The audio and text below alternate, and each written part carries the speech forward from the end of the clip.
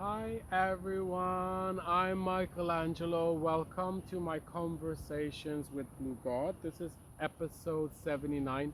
We are 10 away from Magic Infinity number 88. So I am right beside my new place. The hammock is there, the entrance is there.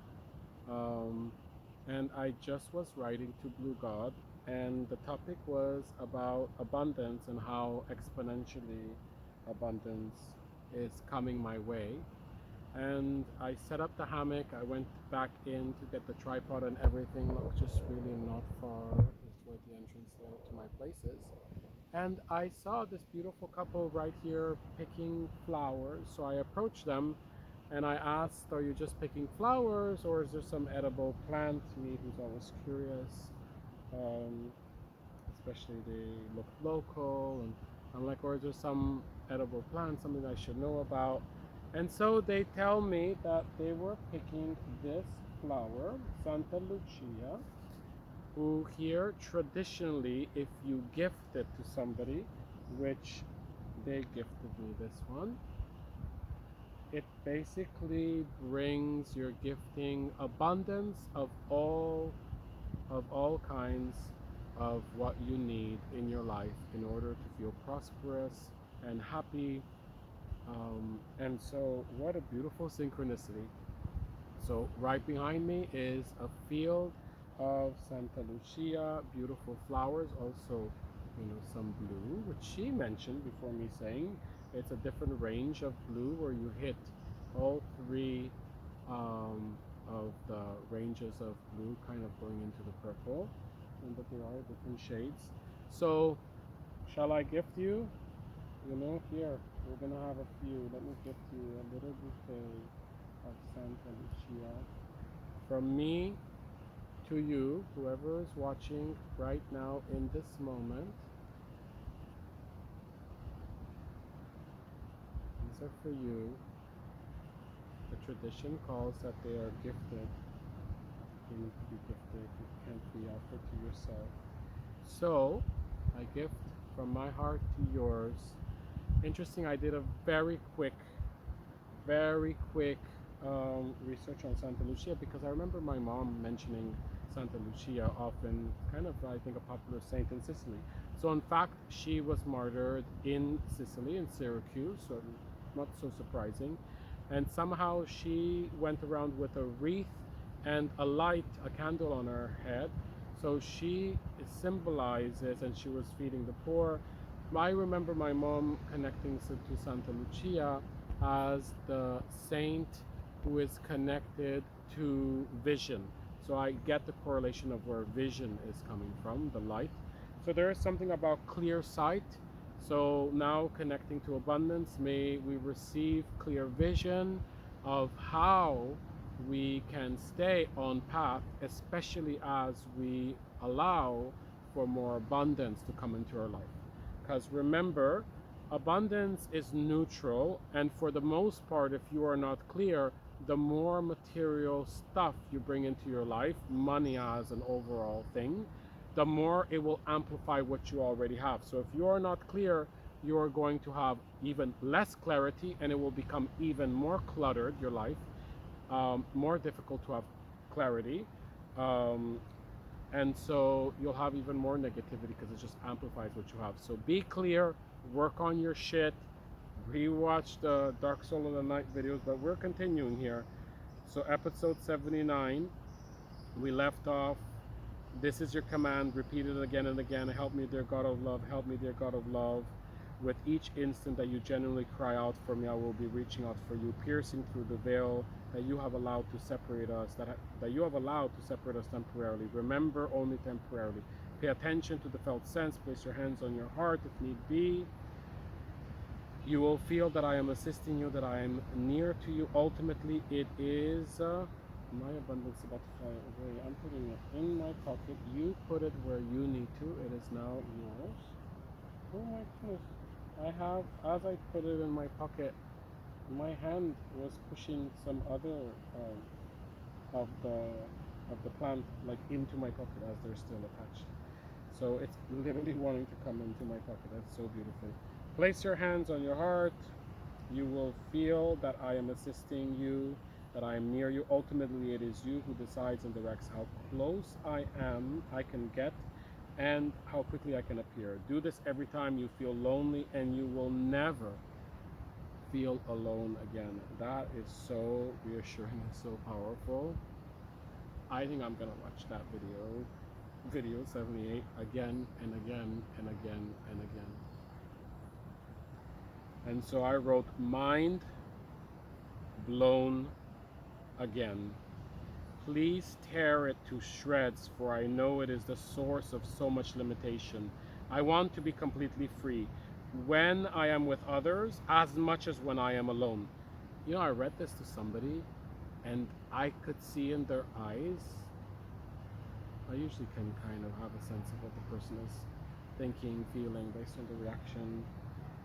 I bet that they interpreted the opposite, that they feel better when they're with people and when they're alone, whereas I'm actually saying the sentence that I want to feel as connected when I'm with others as I am alone. But most people actually use other people as a bypassing and to just run away from being alone, so they actually temporarily feel like they feel better when they're with somebody, because it's shitty to feel alone if you don't deal with your shit. So it's actually a very interesting line. I want to be completely free when I am with others as much as when I am alone. Which reminds me, I've been meaning to ask you directly about the main practice in the I am you, you are me meditation, where we look into one another's eyes and repeat the words I am you, you are me, to remind us of our true nature of oneness. Can you please clarify if it needs to change and how? And the answer I got, which by the way, the practice right now is on hold. We had a little group where we were practicing the I am you meditation. I'm focusing on these videos now, becoming more comfortable with everything, creating more community, more momentum, and we will redo the I am you, you are me meditation. For now, if you're watching this, I think there are some ants that have somehow found something on feet. It's going to be itchy. So for now, if you're watching this, you can already start to hold space and meditate simply by repeating the mantra I am you, you are me.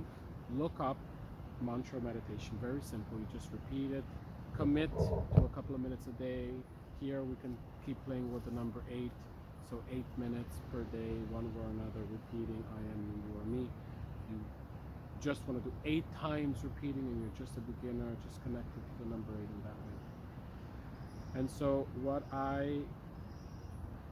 so in the practice, we were doing a practice on Zoom where we were looking into each other's eyes in the camera and actually reminding one another that we are one mind. So we're actually repeating I am you, you are me, I am you, you are me to each other. And I was asking about this practice. What I can say and reveal for now is that this is a genuine process of transformation that you have embarked on. It is working for you and for those who participate. Bring others into this process too. Ask them how they feel it can change in a way that makes them feel more connected. It can be just one thing that they say to remind and help align everyone, or it can change entirely. Give them the freedom to at least explore the possibility that they can let themselves go out on a limb. Then honor and consider what is suggested by finding a way to at least test it out. As for you, the changes you have incorporated last week are the result of a great work and progress in the right direction. Continue by completing your list of 8 conditions, and then finally with your meditation into the sacred blue truth of who you really are.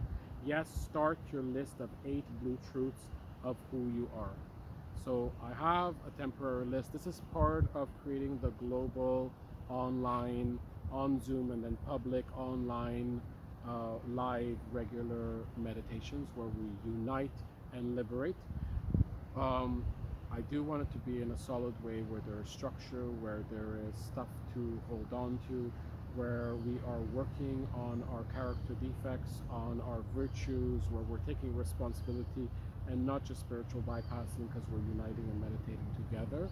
It's not going to work if it's just going to have a new age kind of feel. So that's the hesitation. In the last couple of days, I was reminded the importance of addiction and how The real mind darkness virus is the addiction. The system is the addiction. Everyone's so afraid of the deep state and all this outside of self. Another way to kind of stop and not take responsibility.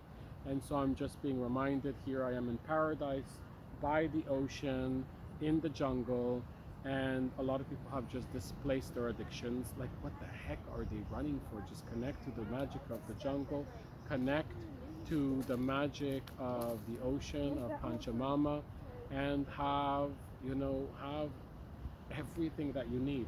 And that is the proof that it doesn't matter where you are. When you're in the system, and so many people here are mocking people who are still in the system, still in the US, still in Europe, still in North America, and they've just displaced their system, and that is how multi-layered the system is. They're still in the system with their addictions, with their unclarity, with their chaos, with their fears, without taking responsibility. So it's not about, gorgeous bird flying over. It's not about not having addictions. It's about confronting and dealing and doing the work. And when you don't, shit is gonna kind of creep in no matter where you are. And now you think that you're living in paradise, and you just basically have one more layer of the system. And so this is helping me to really, what I had in mind of creating something similar to a 12-step program. It will be, of course, surprise, an 8-step program. And instead of anonymous, it will be public, and acknowledging that we all have addictions. And if you can name it, because it's one of the ugly ones that society recognized, then work on that. But if you can't name it, it's probably more subtle, like codependency. And if still more subtle than that, then you're addicted to the illusion of separation. You're addicted to Maya, to the mind, to your thoughts. So we can all work together with a psycho-spiritual program of taking responsibility and of dealing with addictions. This is not where I was gonna stop. Actually, here. I have also conversations with the group that I had started. I don't think they're very relevant, so I'm only going to read one part of that and skip through, and we're going to end with that. And so, very important, this part, to the group, BlueGod was saying, because I was doing a conversation to our group after the meditation.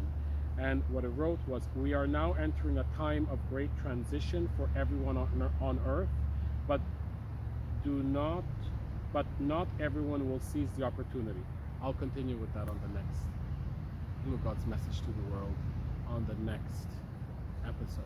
I am you, you are me, I love you.